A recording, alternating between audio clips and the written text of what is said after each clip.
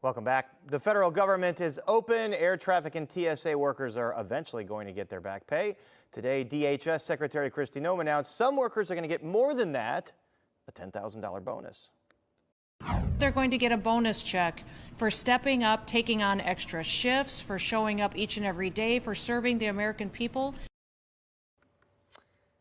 And will things get back to normal in time for the busiest travel weekend of the year? Here to answer that and more is Katie Nastro, spokesperson for the travel website going.com. Hey, Katie, good to talk to you again. Welcome to Chicago. Thanks for having me. You're on a trip here in Chicago. You made it from New York. So where are flight levels now? Where are staffing levels? How long will it take to ramp back up? Yeah, look, we want travelers to be aware that the FAA reduction in schedule mandates, those are still in effect, and we don't have a clear signal as to when this will lift, but we are confident that it will be a gradual approach or a gradual decline, similar to the increase that they did earlier last week.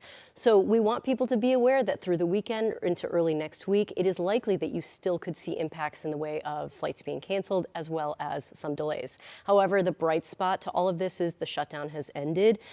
Essential workers are getting paid, and that means that the likelihood for a massive disruption like we saw last Sunday, the fourth worst day in the last 2 years when it came to cancellations per Cirium data, we are cautiously optimistic that we're not going to see that type of disruption occur in the next few days and into early next week. Fourth worst day in terms of cancellations. Describe the impact of that for your average traveler. How many folks had to just find alternative methods to getting around? I went to a concert and the musicians said they had to drive. They were going to fly from Florida. They had to drive. We saw a lot of people displaced, having to look for rental cars. Rental car prices and searches spiked in the last week. And so, roughly, just to give some perspective, on any given day, we could see roughly 2% of flights being canceled. We were up to over 10% at one point that Sunday. And so if you do quick math, that's roughly 200,000 seats or more potentially that were impacted. Not every seat was filled, of course, but that is a lot of displacement. That's a lot of people not able to get where they wanted to go. So there were very big impacts, and the last week was definitely one for the record books. I mean, one of the worst days was the CrowdStrike outage in July of 2024. This is sort of in that same realm of that. So we want people to be aware that we are, again, cautiously optimistic. We're not going to see those levels again. But once we start getting back to that 3-4%, we should start to feel normal in terms of your day-to-day, seeing little impacts here and there. Weather is still very much a factor. Chicago, of course. Chicago is very aware of that. So we want people to just get in the habit that, maybe the shutdown, travelers realize you always need to have some sort of plan B in mind. So would you advise them for Thanksgiving when they want to get to grandma's or their aunt's or uncle's house that they should have a plan B? We always advise over at Going, just have something in mind. Don't necessarily book tickets unnecessarily.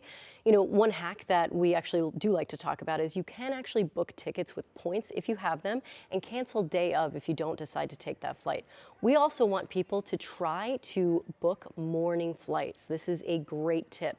Morning flights, think 6, 7, 8 a.m. Those have a higher on-time arrival rate by 25 to 30 percentage points versus afternoon and evening flights. So you don't necessarily have to buy an extra ticket. Just try to shift your plans a little bit to the morning, and then you have that rest of the day to make changes if you need, if you get caught in a big disruption like we just saw.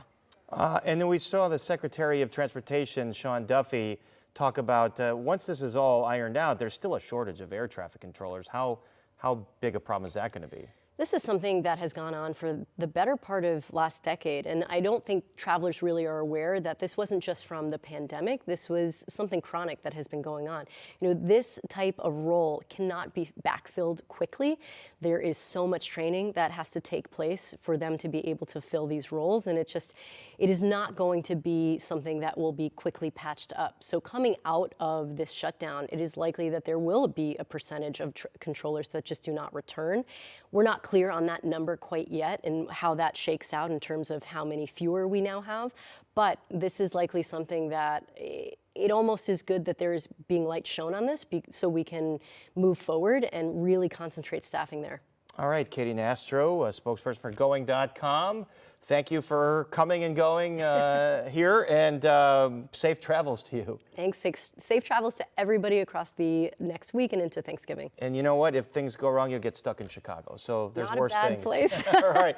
All right. And when we come back, speaking of the sky, what a show up there this week. The latest on how to view the Northern Lights.